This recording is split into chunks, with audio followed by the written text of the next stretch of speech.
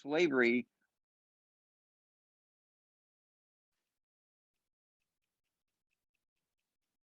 From this brief overview of ancient Egypt, we can understand slavery was an integral part of Egyptian ideology and societal structure. Egyptian word records provides evidence for large-scale coercive work, both public and private, and slavery is the shared experience by Hebrews and Egyptians. What exactly was Egyptian slavery then? The Egyptian word for slave unpaid worker is him, as shown as a seated person near a club, as shown in the chart. Persons can be bought and sold, even inherited, but there is no slave market. Slave services could be rented out as well. Some people entered into slavery to pay off debts. Some slave servants living and working within the family were considered part of the family structure. Note, the slaves had limited legal rights. They could own personal items, get married, and inherit land, but not buy it. But how does a slave become legally free in Egypt? A slave becomes free through a documented legal, quote unquote, adoption process by the owner. The owner declares the slave is a, quote, free citizen in the land of Pharaoh. For example, I quote, I have made her a free woman of the land of Pharaoh. Whether she gives birth, the children will be free people of the land of Pharaoh. Of course, the slave always had to keep nearby that document, but such a document is a form of oppression. The slave is never really free. The slave could also become free by entering into temple service, that is, becoming, quote, purified, quote, but that was just switching to another owner, again, not really being free. The Egyptians had no conception of human rights as we understand it. All Egyptians were in some sense subservient to someone above them. It makes sense. Many at the bottom of the hierarchy wanted real freedom to leave oppression. But to leave oppression, they would need to leave Egypt, given the chance and the process to do so. As Rabbi Hertz suggests, generally, a mass of non-Israelite strangers, including slaves and prisoners of war, took advantage of the reoccurring panic social chaos to escape from Egypt, and the Hebrews likewise. But who were the non-Hebrews leaving with the Hebrews? We would need to read and parse Exodus 12:38. The verse gives a clue. Erev Riv, Hebrew, commonly translated as mixed multitude. What does Erev Rev mean? Erev comes from the root to mix. However, it can mean woof, as in warp and woof of a woven cloth. This suggests a weaving is better metaphor than our melting pot. By weaving, diversity does not disappear, but embrace to create a community cloth. Rev is an adjective meaning great or many. There are various English translations. The standard is mixed multitude. Other translators offer motley group, mixed crowd, many other people, ethnically diverse crowd, a great mixture of nationalities, many foreigners, and even motley throng.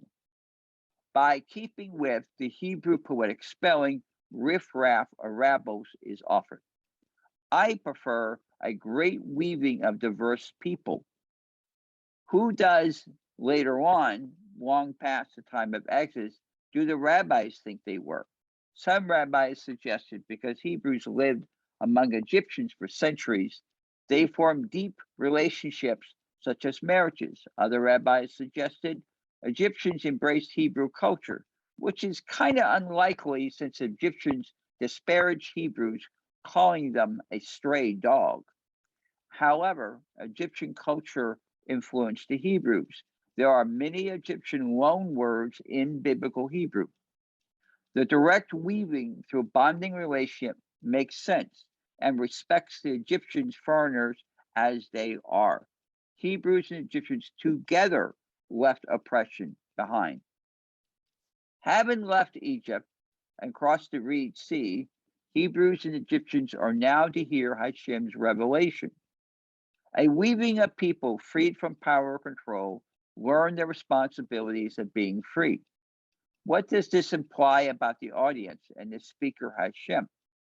How does Hashem deal with a diverse audience? The Exodus story sets the audience at the foot of Sinai, hearing and seeing the loud, thundering voices of Hashem. Wait, what? Why voices, not a voice? In Midrash Takama Buber, Shermont 22:3-4, Solomon Buber, grandfather of Martin Buber, explains in order for the audience to understand Hashem, Hashem needed to use 70 voices, languages. Note, 70 is a rabbinic euphemism for infinite. So it was an infinite range of voices, languages given and heard.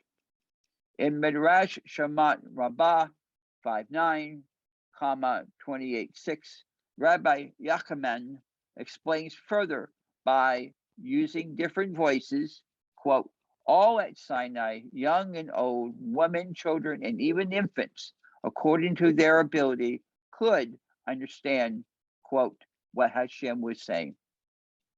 What can we learn from this extraordinary encounter? One, it was a communal, not a private personal experience. Another is that the revelation was intended for all, not to remain anyone's sole prerogative or special claim. As for where it took place, Mikita Bangladesh 5, we are told the Torah was given in the desert, openly and publicly, in a place belonging to no one and claimed by nobody.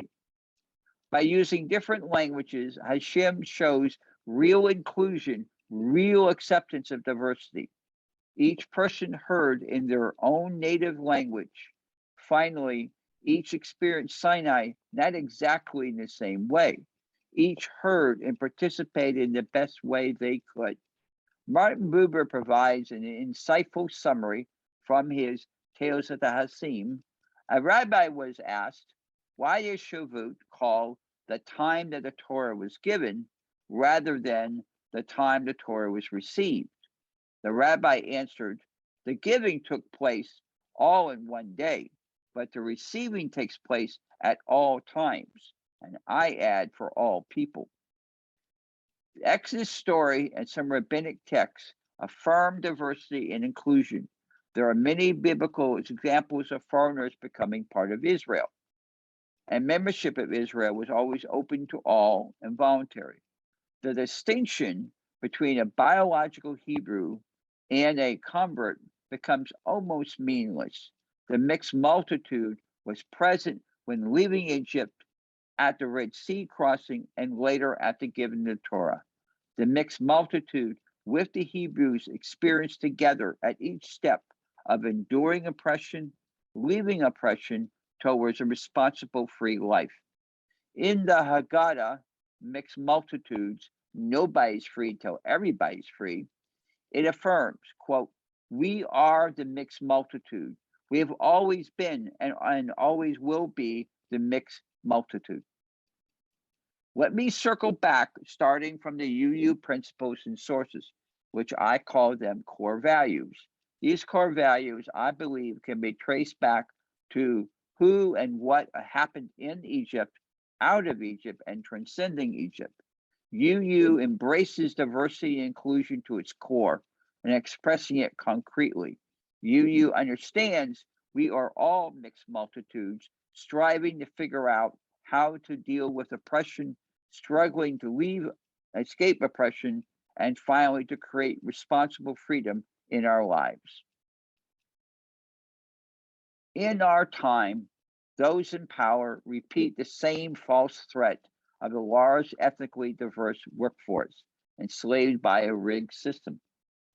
Many do not understand or choose not to do so. We endured some years ago the oppression of a real pharaoh living in the people's White House.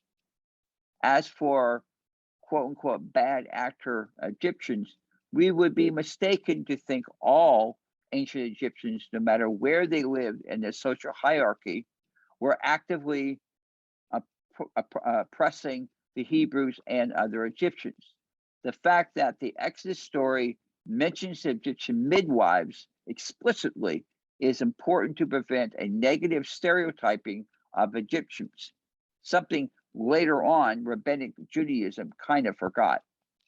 However, the quote unquote innocent Egyptians who did nothing to resist the oppression that dominated both Hebrews and Egyptians had to endure the plagues with the same Egyptians who did aid in the oppression. There are no innocent bystanders, as Elie Wiesel often warned us. Thank you very much.